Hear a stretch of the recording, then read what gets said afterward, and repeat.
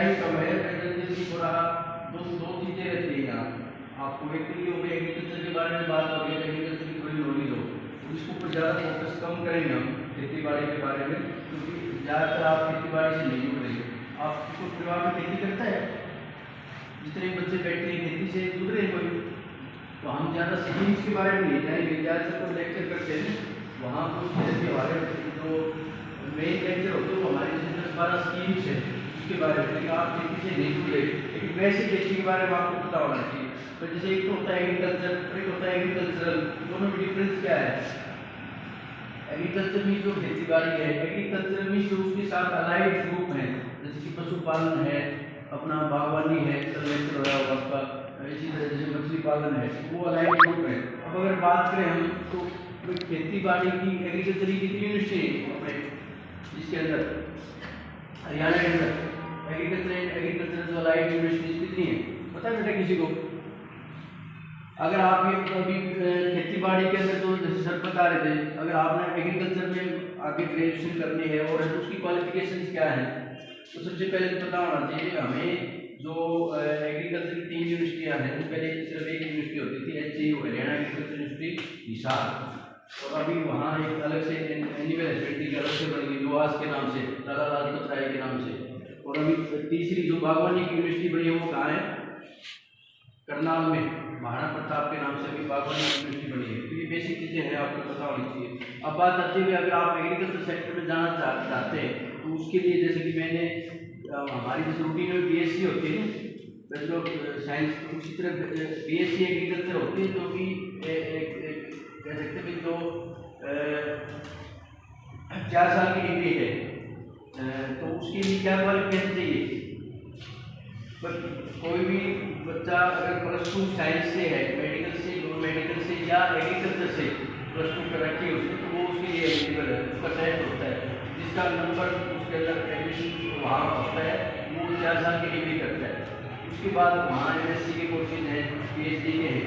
ये तो होगी आपको। अगर मैंने क्या करता है क्वालिफिकेशन 10+2 में जिसके पास मेडिकल, नॉन मेडिकल या एग्रीकल्चर से जिसने 10+2 कर रखी है वो एलिजिबल है BSc ऑनर्स एग्रीकल्चर के लिए।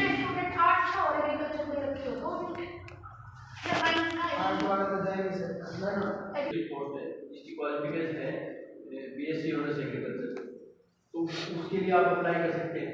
कहने का मतलब जो यूनिवर्सिटी है उसके 3 काम हैं, या एक तो है एक्सटेंशन, बस जो हम जितनी भी हमारी स्कीम्स हैं सरकार की वो किसान तक जाए, लैब टू लैंड तक जाए, उसके लिए क्या है एक्सटेंशन।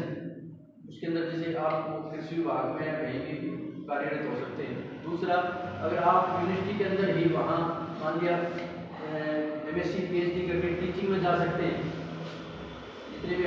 तीसरा है हमारा एज ए साइंटिस्ट, अगर आप मान एग्रीकल्चर से पास आउट होकर उसके अंदर आपके रिसर्च में जाना चाहते हैं तो एज ए साइंटिस्ट। तो एक तो मैंने बताया एक्सटेंशन में जो हर डिस्ट्रिक्ट के अंदर कृषि विज्ञान केंद्र से हमारी यूनिवर्सिटी के, वहाँ आप एज ए एक्सटेंशन स्पेशलिस्ट लग सकते हैं। कृषि विभाग में ADO, SDO, डिप्टी डायरेक्टर के पोस्ट पर जा सकते हैं। दूसरा रिसर्च के अंदर, तीसरा टीचिंग के अंदर, और चौथा जितनी भी हमारी एग्री इंपोर्ट्स की जो कंपनीज हैं, जैसे कि मान लिया पेस्टिसाइड्स हैं, इंसेक्टिसाइड्स हैं, जो आगे मैं बताऊंगा, उसके अंदर विभिन्न जो कंपनियां हैं उसके अंदर जा सकते हैं। और चौथा जितने भी हमारे बैंक्स हैं उसके अंदर एक पोस्ट होती है एग्रीकल्चर ऑफिसर की, लोन से संबंधित जो भी हाँ एग्रीकल्चर फील्ड ऑफिसर होता है, तो उसके लिए जा सकते हैं। तो ये आपको पता होगा क्या क्या स्कोप्स हैं। हम वैसे कहते हैं एग्रीकल्चर एक हमारा प्रधान कृषि प्रधान देश है, तो वो इसीलिए है कि एग्रीकल्चर का ठीक है कि शेयर कम होता जा रहा है, लेकिन उसके अंदर जो इन्वॉल्व है, जो हमारी पॉपुलेशन है, जो हमारी GDP का परसेंटेज है वो काफ़ी है। अब बात आती है कि हमें ये पता होना चाहिए कि जो ये अभी जो अपना रवि जी बता रहे थे ऑर्गेनिक खेती, एक टाइम था कि हम प्राकृतिक खेती करते थे, जो भी हमारे रिसोर्स थे उन्हीं से करते थे। लेकिन आपको पता है, आप पढ़ते हैं कि ग्रीन रिवॉल्यूशन कब आया था बेटा? हम 1966 में जब हमारा अलग से प्रदेश बना, उस टाइम बहुत ज़्यादा ये दिक्कत थी कि हम जो हमारा मुख्य खाना जो गेहूँ है उसके ऊपर हम दूसरे देशों पर डिपेंड रहते थे कि वहाँ से एक्सपोर्ट करेंगे। तो वहाँ से इम्पोर्ट करेंगे। तो उस चीज़ को छोड़ते हुए ग्रीन रिवोल्यूशन आया 1967-68 के अंदर। उसके जन्मदाता कौन है? जो अभी 2023 में विचार हो गए, कौन? हमारे जो भारत के अंदर जिसको हम ग्रीन रिवोल्यूशन के जन्मदाता मानते हैं, डॉक्टर स्वामीनाथन। और जो विश्व लेवल पे जब आप साइंस में पढ़ते हैं, वर्ल्ड लेवल पे कौन है? ये जो ग्रीन रिवोल्यूशन के जन्मदाता, father of green revolution, doctor N.E. Borle, जिन्होंने क्या किया था कि जैसे कि हमारी जो भी गेहूं की किस्में होती हैं, इसके लिए अगर ज़्यादा पैदावार लेंगे तो क्या करेंगे? एक कंसेप्ट आया कि खाद डालो, जैसे कि यूरिया आ गया, तो यूरिया डालेंगे तो क्या होगी? फसल बड़ी हो जाएगी। अगर वो बड़ी होगी, वो गिरगी, तो पैदावार नहीं ले पाएंगे। तो इन्होंने उस टाइम कोशिश की थी कि जो हाई यील्डिंग वैरायटी, वो ऐसी किस्में ईजाद की थी जो कि ज़्यादा ना बढ़े और पैदावार ज़्यादा दें। ठीक है, तो कहने का मतलब ये है उस टाइम 67-68 में जब हमें ज़्यादा जरूरत थी, हम अपनी जो जनसंख्या का पोषण नहीं कर पा रहे थे, तो जरूरत थी कि ऐसी किस्में आए, हमारी पैदावार बढ़े, केमिकल फर्टिलाइजर्स का ज़्यादा प्रयोग करके हम अपनी पैदावार बढ़ाएं, मैकेनाइजेशन का प्रयोग करके, जैसे कि पहले हम अपना वो उससे बैलगाड़ी से चीज़ों से करते, तो मैकेनाइजेशन आजकल सब कुछ उससे ट्रैक्टर और ये चीज़ें मशीनरी आ गई। लेकिन ये हम कह सकते हैं प्राकृतिक खेती की क्या आ गई? आधुनिक खेती, या उसको हम आजकल कह सकते हैं रासायनिक खेती। अब रासायनिक खेती के नुकसान क्या क्या हो रहे हैं? आजकल हर घर में जो हम मानते थे कि बीपी है, शुगर है, थायराइड है, ये जो दिखते आने लग रही है, कैंसर का नाम जो हम पहले कभी भी सुनते थे, आजकल हर गाँव में ये केसेज हो रहे हैं, बीमारियाँ बहुत ज़्यादा बढ़ रही हैं। तो इनका समाधान अब क्या? जैसे अपना रवि जी ने बताया, ऑर्गेनिक खेती है एक तरीका। तो और तीसरा लेटेस्ट जो कंसेप्ट जो सरकार की तरफ से वो आ रहा है प्राकृतिक खेती का, तो हम अपनी जो गाय है उसको पाल के कोशिश करें प्राकृतिक खेती करें। तो बेटा आज के टाइम में अगर इन चीज़ों को प्राकृतिक खेती आप कैसे कर सकते हैं? आप ये कर सकते हैं कि जैसे आप खेती बाड़ी से नहीं जुड़ रहे, लेकिन जो एक कंसेप्ट था पहले हमारे गाँव के अंदर, जैसे मान लिया हमारा प्लाट है, वहाँ एक तो बेल लगा दी, घर की सब्जी ले लेते थे। तो मैं आप लोगों को ये कहना चाहूँगा कि ज़्यादातर जो बीमारियाँ आजकल हो रही है वो गेहूँ और धान से नहीं हो रही। उसमें से ये भी एक बार तो उसकी मजबूरी है कि उसको 3-4 दिन में तोड़ना ही पड़ेगा। और कोई भी दवाइयाँ होती हैं उनका अंदाजन 7 से 10 दिन तो वो इफेक्ट रहता है। तो आप लोग कोशिश कर सकते हैं, दो चीज़ें बताना चाह रहा हूँ मैं। एक तो ये है कि जो रवि जी ने बताया, जितनी भी हम धान गेहूँ पैदा कर रहे हैं वो बड़ी मतलब मेहनत करके पैदा कर रहे हैं, और उसको हम ज़्यादातर क्या करते हैं, आप लोग बच्चे जाते हैं किसी शादी में, वहाँ चावल डाल दिए, ये चीज़ें डाल दी, वो चीज़ें डाल दी, वो क्या होता है कई बार नहीं खा पाते तो वेस्ट हो जाता है। तो आपने इसमें ये सोचना है कि ये इतनी मेहनत से ये चीज़ें पैदा हो रही है, तो हमने कम से कम वेस्ट करना है नहीं। एक तो ये कोशिश करनी है आप बच्चों को। दूसरा ये है कि हम कोशिश करें हम ऑर्गेनिक या जैविक रूप से अच्छा कैसे पैदा कर सकते हैं। मान लिया आपके कोई प्लाट है और थोड़ी जगह है, उसमें बेल लगा दी, या उसमें हम जितने भी आजकल रसोई के अंदर जैसे मान लिया आप सब्जी काटते हैं और जो भी वो वेस्ट बच गया उसको अगर वेस्ट को मैनेजमेंट कर पाएँ, उसका जो ऑर्गेनिक जो खाद है वो तैयार करके अपने जो किचन गार्डनिंग है थोड़ा बहुत घर के लिए ऐसा कुछ कर पाएँ तो वो बेस्ट है। तीसरा आपको पता होना चाहिए जो एग्री इनपुट है, वो तो आप साइंस में पढ़ते हो, एग्रीकल्चर के बारे में, सीड्स के बारे में पढ़ते हो। सीड्स कितने प्रकार के होते हैं? एक ब्रीडर सीड होता है जो वैज्ञानिक तैयार करता है, दूसरा सर्टिफाइड सीड होता है जो ब्रीडर सीड से कंपनीज वाले तैयार करके मार्केट में उतारते हैं, जो किसान यूज करते हैं, और एक होता है TL ट्रूथफुल सीड, जो कि वैसे मतलब किसी ने मैन्युफैक्चरिंग कर लिया वो सर्टिफाइड नहीं होता। ठीक है, ये सीड हो गया। इसके बाद फर्टिलाइजर्स को आपको पता होना चाहिए। तो हम ये कहते हैं कि कोई भी पौधा अपनी साइकिल कंप्लीट करने के लिए उसको 17 तत्व चाहिए। साइंस में पढ़ते हो बेटा या 17 तत्व चाहिए। उसमें 2 प्रकार के न्यूट्रिएंट्स होते हैं, एक होते हैं मैक्रो, एक माइक्रो। मैक्रो मीन्स जो ज़्यादा मात्रा में चाहिए, जैसे कि CH2 कार्बन, हाइड्रोजन, ऑक्सीजन जो एनवायरमेंट से मिल जाते हैं, और दूसरे NPK नाइट्रोजन, फास्फोरस, पोटास जो हम किसान देता है, और तीसरे हो गए माइक्रोन्यूट्रिएंट्स जो कि बहुत कम मात्रा में चाहिए। तो NPK नाइट्रोजन का आपको बता पाएगा आपको भाई नाइट्रोजन तत्व की पूर्ति करने के लिए कौन सा खाद डालते हैं किसान भाई? हालांकि आप खेती से नहीं जुड़ रहे लेकिन +1 के बच्चे बैठे हैं, आपने सुना होगा यूरिया के बारे में सुना है? एक प्रकार का खाद है जो कि हमें पूर्ति करता है नाइट्रोजन तत्व की। इसी तरह फास्फोरस के लिए हम क्या डालते हैं? DAP, di ammonium potash phosphorus. तो इसमें दो तत्व होते हैं, नाइट्रोजन और फास्फोरस, 18 और 40%। इसी तरह तीसरा तत्व हमारा पोटास का जो MOP मोटर पोटास, जिसमें 60% होता है। तो ये बेसिक चीज़ें जो आप साइंस में पढ़ते हैं वो पता होना चाहिए। आप मैंने बताया सीड के बारे में, फिर बताया फर्टिलाइजर के बारे में। तीसरा पेस्टिसाइड्स में 3 चीज़ें होती हैं। क्या क्या भाई? अगर हमें मान लिया कोई आप पढ़ लिख के एग्रीकल्चर की तरफ जाते हैं, आप मार्केट में जाते हैं किसी भी दुकानदार के पास, आपको पता होना चाहिए वो 3 चीज़ें रखा है। क्या क्या? अगर मान लिया आप खेती कर रहे हैं, आपके उसमें समस्या आ गई कोई कीड़े की, तो आप कौन सी दवाई लेकर आएंगे? आपने कीटनाशक के बारे में पढ़ा होगा साइंस में, इंसेक्टिसाइड्स के बारे में।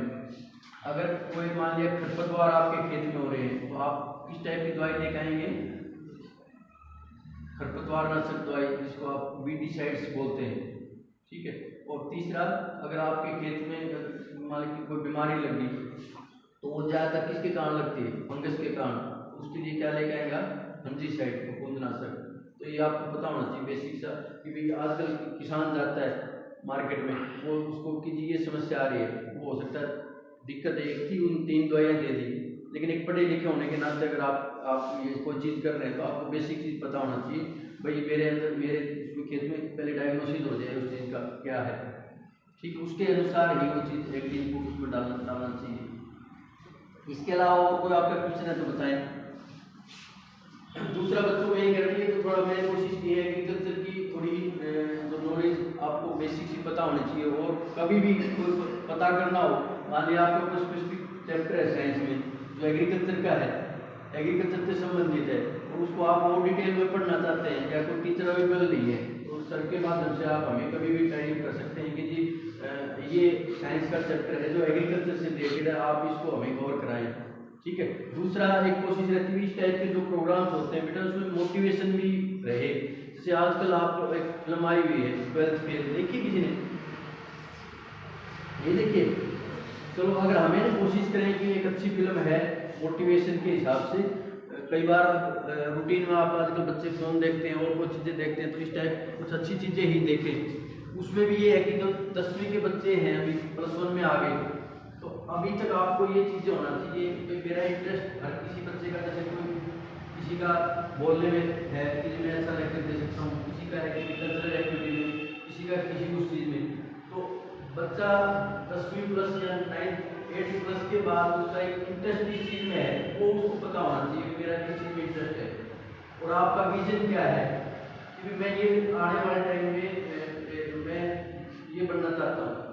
वो अगर आपको क्लियर है, मैं ये कहता हूँ एक प्रकृति का नियम है, आप जो बनना चाहते हैं वो अगर डिक्लेयर करते हैं, जैसे कि अपने रवि जी हैं, हम आपस में एक बार मीटिंग करते हैं, तो मैं वहाँ का आपको कहता हूँ आप डिक्लेयर करें प्रकृति उस चीज़ को। अगर आप डिक्लेयर कर रहे हैं और उसके लिए प्रयास भी कर रहे हैं तो वो चीज़ें आपको मिलती हैं। तो आपका विजन क्या है, आपकी इंटरेस्ट क्या है, वो आपको क्लियर होना चाहिए। तो बेटा आप बताना चाहोगे क्या बनना चाहते हो? बैठे बैठे बता दो जल्दी। क्या विजन आपका? बैठे बैठे बैठे जल्दी से फास्ट।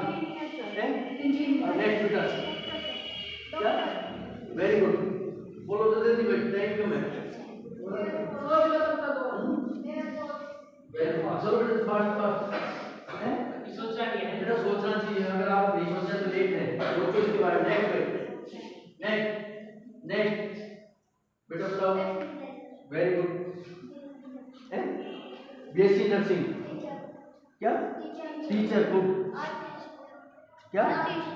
गुड। लॉयर, डॉक्टर, बोलो बेटा, चलो सोचना, बोलो। Actor, very good. आपको एक्टिंग करके दिखाना आना से आपको very good. Police department, doctor, क्या? वकील, good. Advocate, IPS officer, very good भाई। Drawing teacher, teacher, businessman, women, very good. CID में ज्यादा प्रभावित है, सीरियल देखती हूँ। चलो अच्छी बात है बेटा, कुछ तो है, सोच अच्छी बात है, बोलो बेटा। अभी नहीं सोचा है, सोचो बेटा इसके बारे में, एक विजन बनाओ, बताओ। क्या बने बेटा? Doctor, teacher, doctor,